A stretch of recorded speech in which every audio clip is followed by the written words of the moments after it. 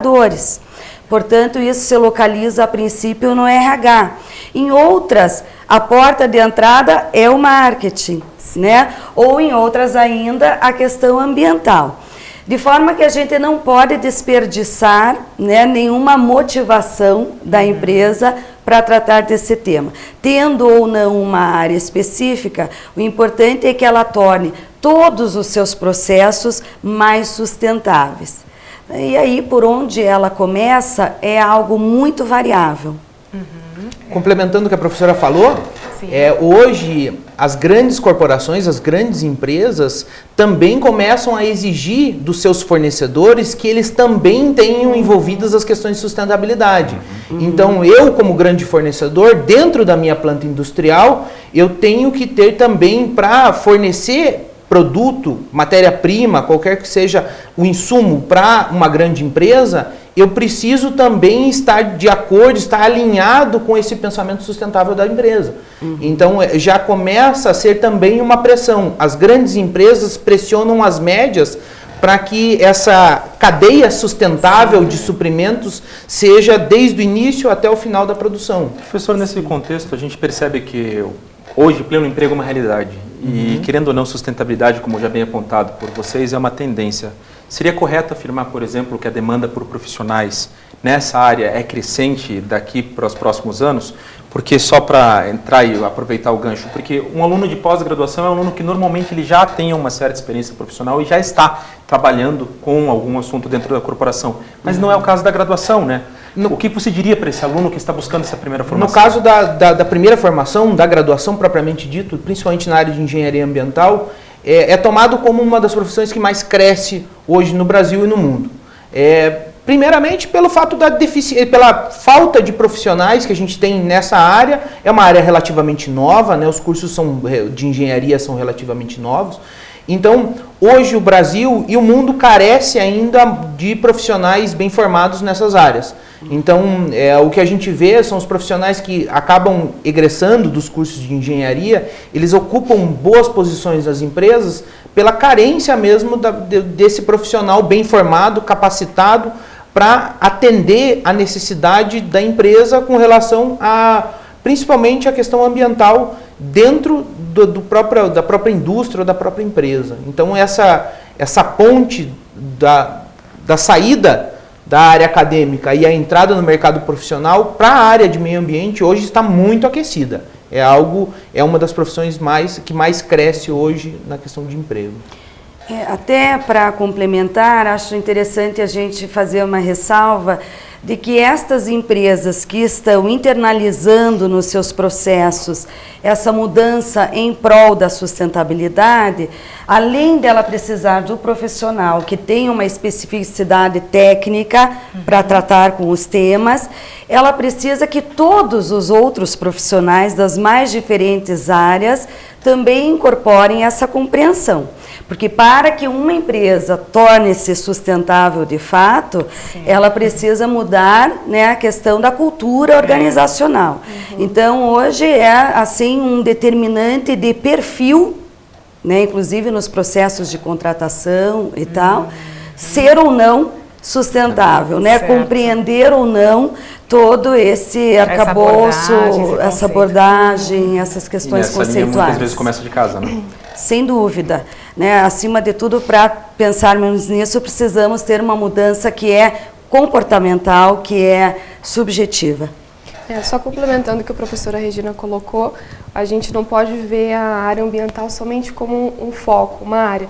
Até mesmo porque quem atua nessa área, determinados projetos e processos dentro das empresas precisam de equipes multidisciplinares, precisam de vários conhecimentos, várias formações para que você consiga otimizar aquele processo ou montar aquele projeto para a administração.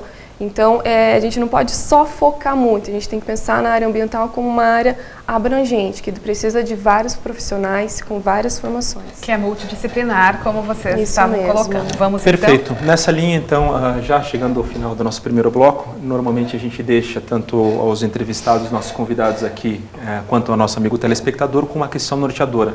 A primeira questão norteadora do programa é a seguinte: governar, gerir as organizações posicionar-se socialmente a partir do conceito de sustentabilidade é uma tendência efetivamente mundial?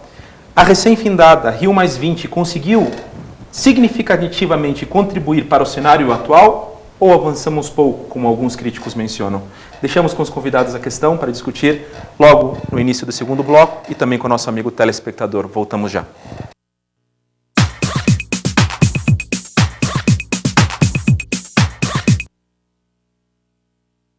Tudo começa pelo diálogo.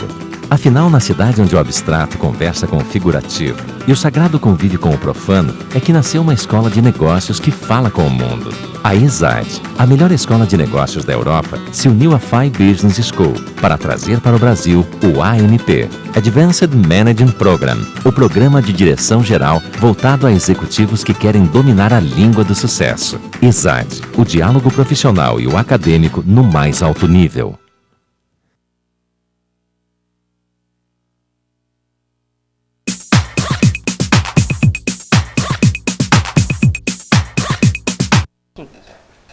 Voltando para o segundo bloco do programa Diálogos Acadêmicos e Profissionais, o tema de hoje, gestão ambiental e sustentabilidade. Ao longo do primeiro bloco, os nossos convidados já discorreram sobre a sua área de atuação profissional e a relacionaram com as suas atividades acadêmicas.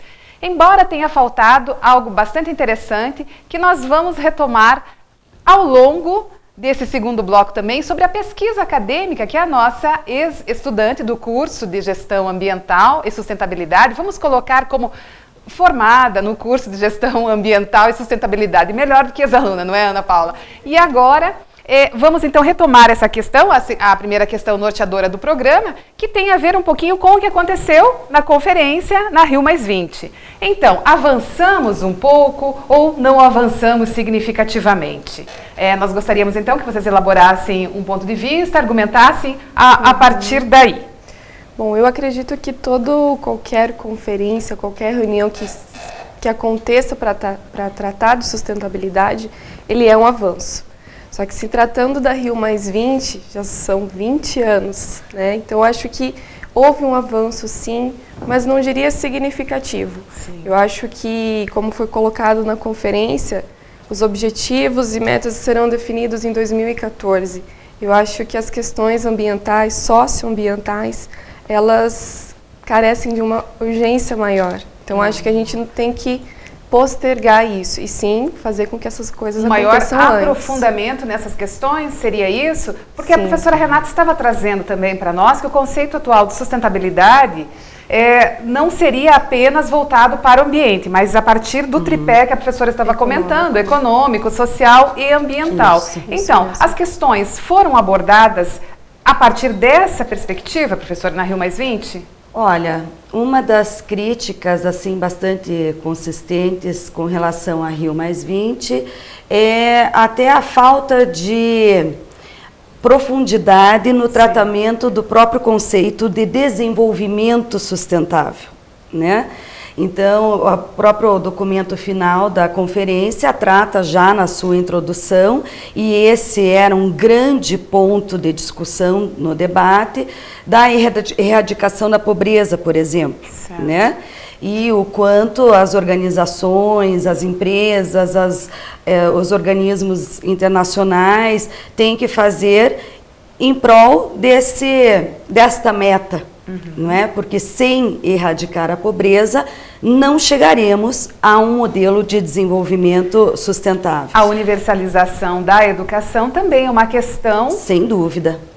Sem dúvida. Que está dentro da sustentabilidade. Porque se nós não tivermos pessoas realmente preparadas e com uma educação de qualidade, também terão uma dificuldade na compreensão do próprio conceito de sustentabilidade. Claro. Então, a crítica foi o viés econômico, que acabou se sobressaindo, e inclusive em virtude destas questões econômicas é que os países ricos, não assinaram as metas e os compromissos, não foram concretizados indicadores, inclusive para que se possa monitorar esses resultados. Então isso vai ser, como a Ana Paula colocou, concretizado mais para frente e vai ficar a cargo de cada nação fazer isso de acordo com as suas características. Seus próprios interesses. Os seus interesses, de forma que nesse aspecto, embora também considere um avanço a possibilidade, né, da conferência acontecer, e muitas metas foram tratadas lá, e entre as organizações não governamentais, por exemplo, então muitos planos, né, o movimento de empresários que estão engajados na questão da responsabilidade social também construiu algo bastante afirmativo. Então esse é um grande legado. No entanto, aquilo que se esperava ficou um pouco aquém do desejado, que é a questão dos objetivos de desenvolvimento sustentável, que não foram concretizados. Seria correto afirmar, por exemplo, que o pilar econômico tornou-se mais importante do que o socioambiental? E se de alguma forma, em termos de futuro, a gente falando para as próximas gerações, o pilar socioambiental, o foco a esse pilar dentro das corporações pode se tornar um diferencial competitivo, até mesmo econômico? A questão econômica, ela afeta diretamente a questão ambiental. São duas questões que estão entrelaçadas, é difícil você separar. Como foi levantado, hoje o resultado da Rio+20 não foi tão positivo quanto se esperava, principalmente pela crise que passa os países europeus e a América do Norte. Então eles enfrentam uma crise econômica e isso afeta também as decisões relacionadas às questões ambientais. De qualquer forma, eu considero a própria Rio+20 algo extremamente importante porque coloca em pauta determinados assuntos importantes. Expõe feridas também, né? Exatamente. Então, é claro que, cronologicamente, a Rio92 ela foi mais importante porque levantou a bola da questão ambiental, da questão do desenvolvimento sustentável. Foi a partir da Rio92 que a gente realmente começou a falar de desenvolvimento sustentável, o Brasil começou a olhar para a questão ambiental com um olho diferente. E hoje a gente está nesse patamar, com certeza, por algo desenvolvido há 20 anos atrás. De qualquer forma, o resultado esperado não foi o desejável pelo fato das grandes potências não aderirem, não assinarem os seus compromissos. E isso dificulta. É claro que hoje eu vejo como um foco de poluição as questões, os países em desenvolvimento. Então esses são hoje grandes focos de poluição. Você pode citar, por exemplo, a China, que é um país que está caminhando a grandes passos, só que deixa de lado certas questões importantes, principalmente na questão da poluição ambiental. Então, isso, se você não tem o comprometimento desses grandes, fica difícil dos países também em desenvolvimento também conseguirem atingir dadas metas. De qualquer forma, eu acho de extrema importância que essas discussões continuem acontecendo e que sejam envolvidas as questões principalmente de estabelecer metas de controle de poluição para os países grandes, mas também agora para os países emergentes, que também começam a ocupar os espaços dos grandes poluidores.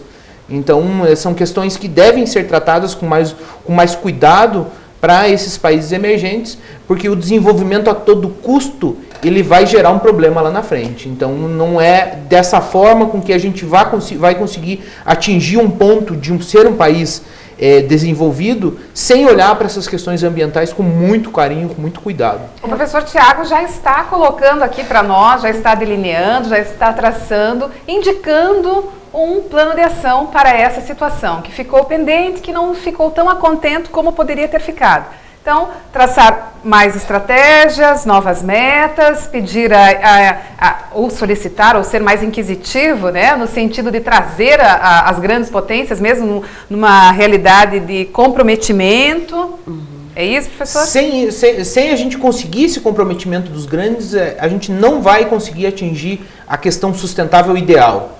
A gente precisa, os emergentes e os desenvolvidos precisam entrar em concernimento, adequar suas ideias para que a gente consiga atingir esse desenvolvimento. Né? Caso contrário, fica muito na teoria e pouco atuação na prática. Quando a gente fala em sustentabilidade, a gente normalmente fala muito de gerações futuras, construir um mundo melhor para que as próximas gerações também possam usufruir desse mundo da mesma forma ou até melhor com que nós usufruímos.